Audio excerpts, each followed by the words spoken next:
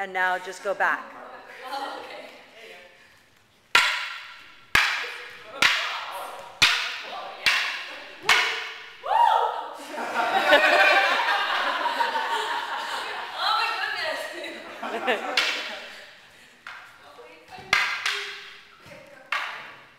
I want you to really look at both of their energies.